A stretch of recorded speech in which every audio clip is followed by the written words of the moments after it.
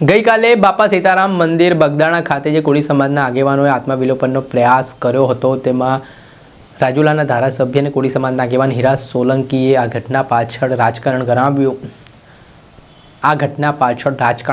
હતું અને તેના સંદર્ભમાં હવે અખિલ ભારતીય કોળી સમાજના જે લોકોએ આત્મવિલોપનનો પ્રયાસ કરવાની ચીમકી આપી હતી તેઓ મેદાને આવ્યા છે। આ ઘટનામાં કોઈ રાજકારણ નથી, નવનીતભાઈને ન્યાય મળવો જોઈએ તેના માટે તેઓએ આ પ્રકારે પગલું ભર્યું હોય તે પ્રકારની વાત કહી છે। સમગ્ર મામલો છે, વિગતે વાત કરીએ। વૈષ્ણવજન તો તેને કહીએ જે પીડ પરાઈ જાનાને રે। નમસ્કાર દર્શક મિત્રો, નવજીવન ન્યૂઝમાં આપનું સ્વાગત છે। હું છું ફૈઝાન। ભાવનગર જિલ્લાના મહુવા તાલુકાનો બગદાણાનો ચકચારી કેસ।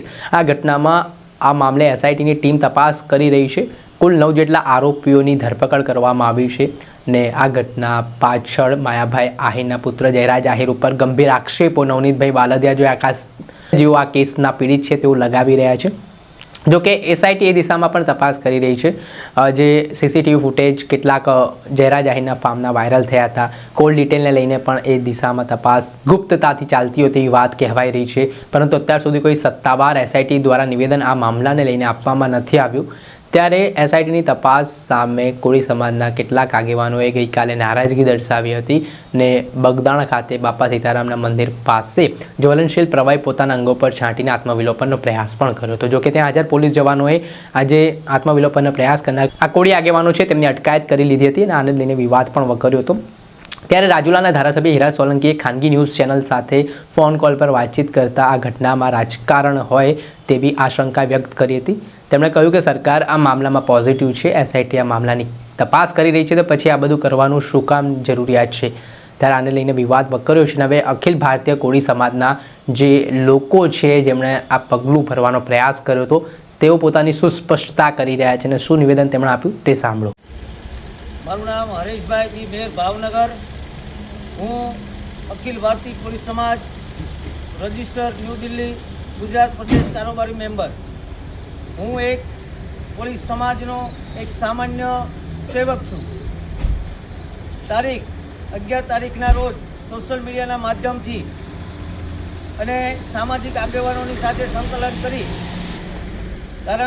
સંકલન કરી અને કારણ કે બગદાણાના નવનીતભાઈ બાલદિયાની સાથે જે એની ઉપર જે હિસ્કારો હુમલો કરવામાં આવ્યો છે એ હુમલામાં નવનીતભાઈને ન્યાય મળે અને નવનીતભાઈના કહેવા મુજબ જે આરોપી તરીકે જે જયરાજ આહિરનું નામ આવે છે તો એ મુજબ અવારનવાર આવેદનપત્ર, રજૂઆત સોશિયલ મીડિયાના માધ્યમથી આખા ગુજરાતની અંદર આવેદનપત્ર આપવામાં આવ્યા, પણ ખરેખર આમાં ક્યાંક ને ક્યાંક મોટા માછલા છટકી જતા એવું લાગતા અમે અંદરો સામાજિક આગેવાનોએ નક્કી કરી તારીખ 11ના રોજ અમે બધાએ નક્કી કર્યું કે જ્યાં સુધી નવનીતભાઈને ન્યાય નહીં મળે અને મુખ્ય કાવતરાખોર જયરાજ આહિરનું જ્યાં સુધી આમાં એફઆઈઆરમાં નામ નહીં દાખલ થાય ત્યાં સુધી અમે તારીખ 15ના રોજ બગદાણા મુકામે ગુરુ આશ્રમ બગદાણા ખાતે અમે બધાએ 16 જણા આત્મવિલોપન કરવાની જે ચીમકી ઉચ્ચારી હતી એમાં છેલ્લા 3 દિવસથી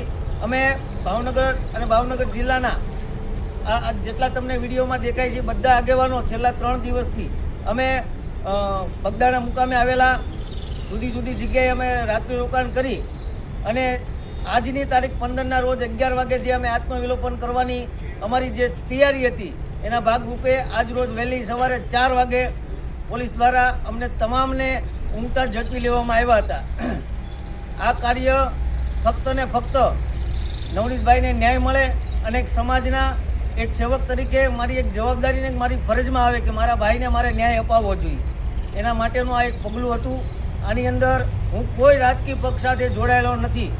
આજ રોજ મને એક વિડીયોના માધ્યમથી સોશિયલ મીડિયાના માધ્યમથી મને જાણવા મળ્યું કે આમાં ક્યાંક ને ક્યાંક ભાજપને, કોંગ્રેસને ફલાણું ઢીકણું કરવામાં આવે છે। ખરેખર આમાં કોઈ પક્ષાપક્ષીની વાત નથી, માત્ર ને માત્ર સામાજિક લાગણીને વશ થઈ અને નવનીતભાઈને ન્યાય મળે, પોલીસ સમાજને ન્યાય મળે એના માટેનું આખું અમારું આયોજન હતું। પણ સવારમાં 4 વાગે અમારી પોલીસ દ્વારા ધરપકડ કરવામાં આવી, એટલે પ્લીઝ મહેરબાની કરી આમાં કોઈ પક્ષાપક્ષીની વાત ન કરતા, આમાં કોઈ 0% પણ રાજકારણ નથી। માત્ર ને માત્ર સામાજિક લાગણીને ધ્યાનમાં રાખી અમારી જવાબદારીના ભાગરૂપે અમે બધાય લોકોએ સ્વયંભૂ પોતપોતાની જવાબદારીએ અમે આત્મવિલોપન કરવાનું નક્કી કર્યું હતું. જય કોળી સમાજ. હું ગીતાબેન મેર. અમે જે 11 તારીખે કાબેજી ગ્રુપ ઉપર લાઈવ થયા હતા અને સમાજ સાથે આ અત્યાચાર થઈ રહ્યો છે તેના વિશે ચર્ચા કરી રહ્યા હતા અને એકબીજાએ પ્રસ્તાવ મૂક્યો કે ભાઈ સમાજને ઝડપથી ન્યાય મળે તો આપણે શું કરવું. એટલે અમે આ કાર્યક્રમ બનાવ્યો કે આપણે આત્મવિલોપન કરીએ બગદાણા ખાતે જઈ અને અમે આ બીજે દિવસે વિડીયો મૂક્યો. બીજા ભાઈઓએ ઇન્ટરવ્યૂ આપ્યું અને તે દિવસથી અમે ભાવનગર છોડી જતા રહ્યા હતા. અમે ફક્ત સમાજની લાગણી માટે આ પગલું ભર્યું છે, કોઈ રાજકીય આમાં નથી. અને હાલમાં હું પણ ભાજપની સક્રિય કાર્યકર છું એટલે આમાં રાજકારણ મહેરબાન કરી ન લાવો. ફક્ત અને ફક્ત સમાજની લાગણીને લઈને આમ અમે કર્યું છે. જય કોળી સમાજ.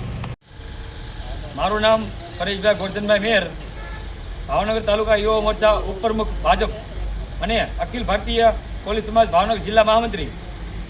અમે 11 તારીખે એક મેસેજ વાયરલ કર્યો હતો કે અમે 15 તારીખે 11 વાગે આત્મવિલોપન કરીશું બગદાણા મુકામે.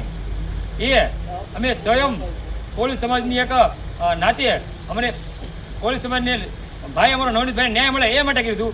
આમાં કોઈ રાજકારણ નથી. હું ભાજપનો ઉપપ્રમુખ છું ભાવનગર તાલુકાનો અને અખિલ ભારતીય કોળી સમાજ ભાવનગર જિલ્લા મહામંત્રી છું.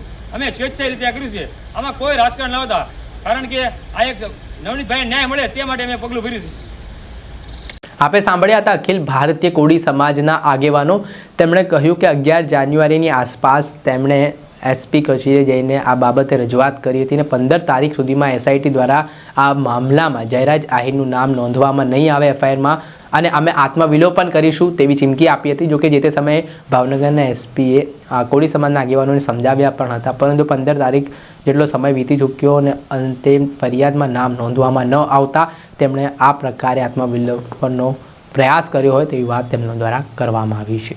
દર્શક મિત્રો, આવા જ નવા વિડીયો સાથે આપણે માહિતગાર કરતા રહીશું. આ ઘટનાથી જોડાયેલા પડે અપડેટો આપના સુધી પહોંચાડતા રહીશું, એટલે નવજીવન ન્યૂઝ જોતા રહો. વૈષ્ણવજન તો તેને કહીએ જે પીડ પરા